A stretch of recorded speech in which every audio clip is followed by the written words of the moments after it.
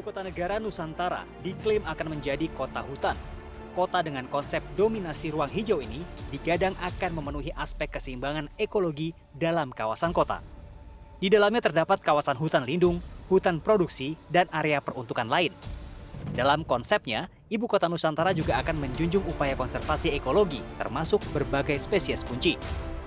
Nah, IKN itu kaya dengan berbagai macam kawasan-kawasan yang punya nilai biodiversity tinggi dari aspek KHT tadi. Jadi dalam konteks seperti ini, itu ada berbagai macam spesies kunci tadi, orang hutan juga ada ya, di daerah Sungai Wen, kemudian juga di Sungai Manggar, kemudian juga ada di Beratus di sekitarnya, dan juga ada wilayah memang pelepas liaran tadi, itu beberapa aspek tadi terkait orang hutan. Dan juga bekantan yang penting juga. Nah, karena itu alami seperti itu, dan kegiatan-kegiatan pembangunan IKN atau infrastruktur akan berbatasan ataupun melokasi seperti itu, otomatis ada potensi dampak dan risiko terhadap keberlanjutan terhadap KHT tadi.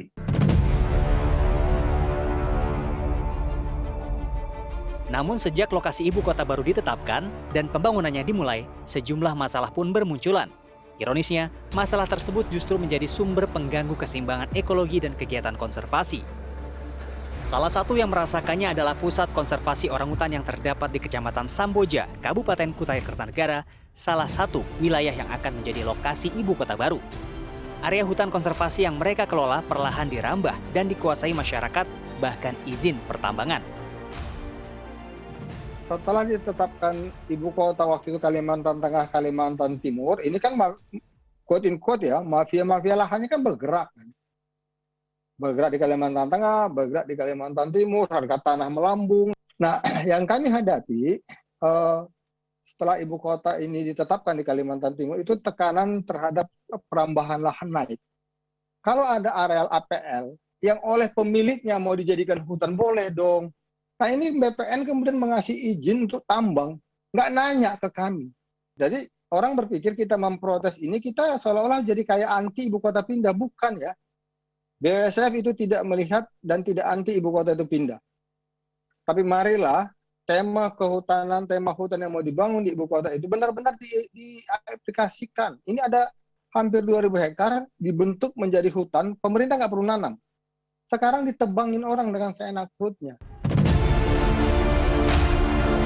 Sejak 30 tahun lalu, area ini telah ditanami tanaman hutan sebagai media rehabilitasi orangutan Kalimantan.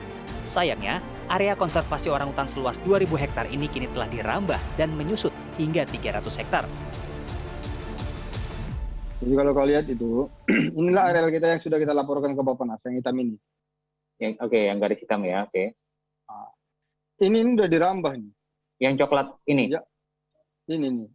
Oke, dan ini areal ini semua masuk ke dalam ring 3 dan 4 IKN ya, Bang? Iya. Itu izin untuk apa, Bang, yang 2 hektar itu, Bang? Tambang. Tambang apa itu? Batu bara. Yang di sini ada tambang lagi, tapi ada di batas kita, nggak masuk ke tempat kita, mainnya di batas. Batu bara juga itu, Bang?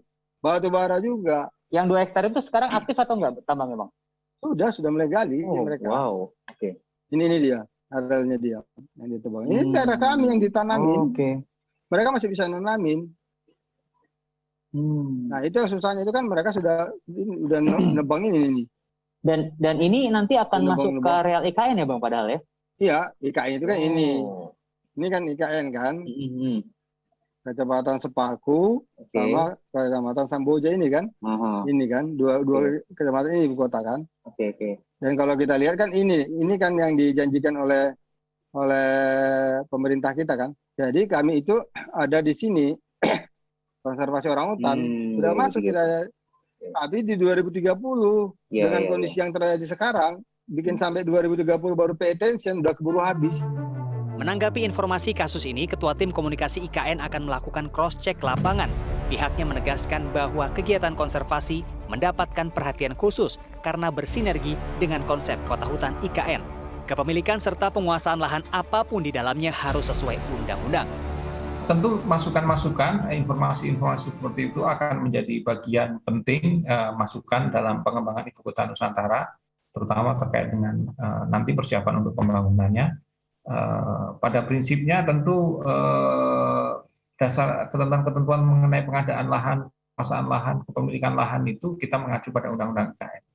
Jadi tidak bisa serta-merta kemudian, apalagi kalau memang ada yayasan tadi yang melakukan konservasi existing di lokasi wilayah IKN, kemudian ada dengan izin yang jelas, dengan kepemilikan penguasaan lahan yang jelas, kemudian ada pihak-pihak lain yang mengganggu atau mencoba mengakuisisi lahan tersebut. Tapi secara empiris nanti coba kita cek lagi Mas ke lapangan, karena ini kan menyangkut kasus ya. Sejatinya, cita-cita Indonesia memiliki ibu kota baru yang bersinergi dengan alam memanglah mulia.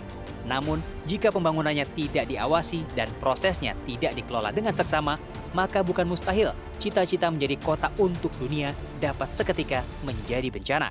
Yogi Tujuliarto, Robin Kitt, Jakarta.